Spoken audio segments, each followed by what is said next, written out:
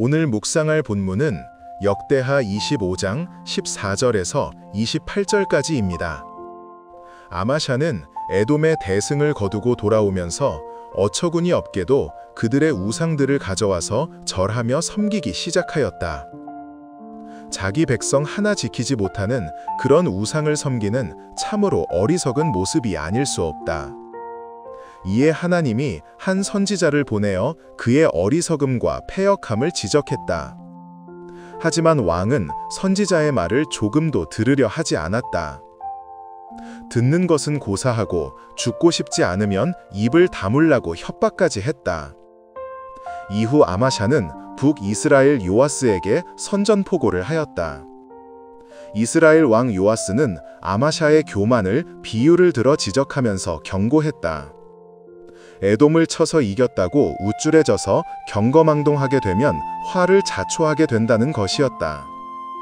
하지만 근자감에 사로잡힌 아마샤는 그러한 경고를 무시하고 북이스라엘에게 선전포고를 했다.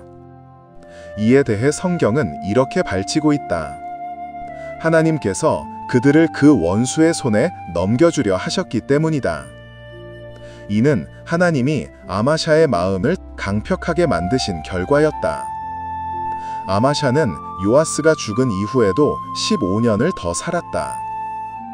하지만 하나님을 버리고 산 그의 말년의 삶은 하나님을 버리는 배역의 삶 그 자체였다.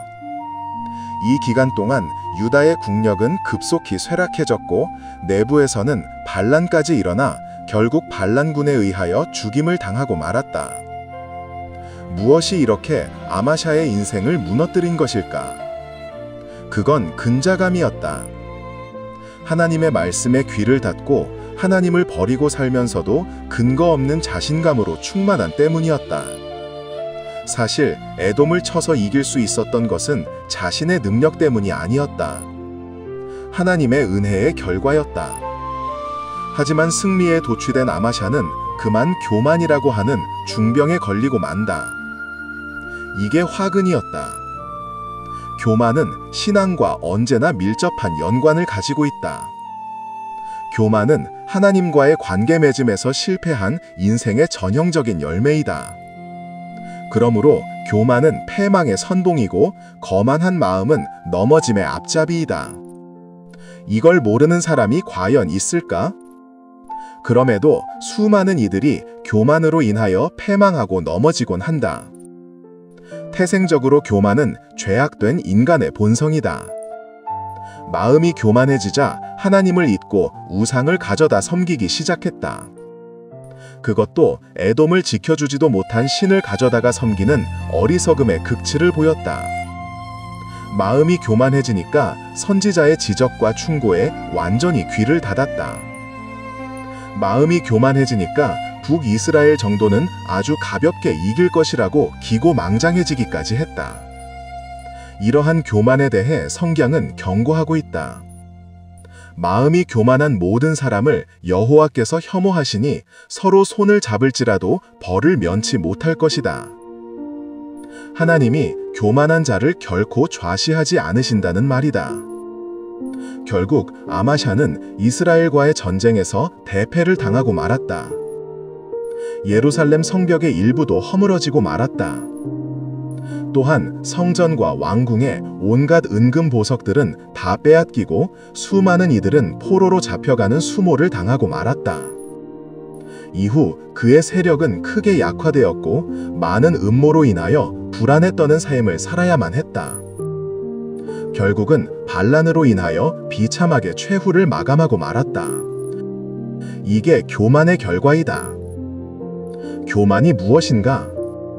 내 것이 아닌데도 내 것으로 생각하는 것이 교만이다. 하나님 없이 얼마든지 내 힘으로, 내 노력만으로도 살아갈 수 있다고 생각하는 것이 교만이다. 매일 말씀을 먹지 않아도 전혀 배고프지 않는 것이 교만이다. 매일 기도하지 않아도 아무런 불편함이 없는 것이 교만이다. 모든 게 하나님의 은혜인 것만은 아니라고 생각하는 것이 교만이다. 그러고 보면 나라는 존재는 교만 덩어리 바로 그 자체이다. 교만은 나를 둘러싸고 있는 공기와 같은 것이다. 그래서 내가 호흡하는 모든 것이 교만이다. 그러므로 한순간이라도 방심하여 하나님을 잊어버리게 되면 나는 아마샤처럼 이 교만의 늪에서 헤어나올 수 없음을 깨닫는다. 하나님 앞에서 교만하지 않고 산다는 게 정말이지 어렵기만 하다. 그런데 진짜 문제는 내 자신이 교만하다는 사실을 잘 인지하지 못하는 데 있지 않나 싶다. 교만한 사람치고 자신이 교만하다고 생각하는 사람들은 별로 없다. 교만이 사람의 영적 지향성과 판단성을 다 허물어버리기 때문이다.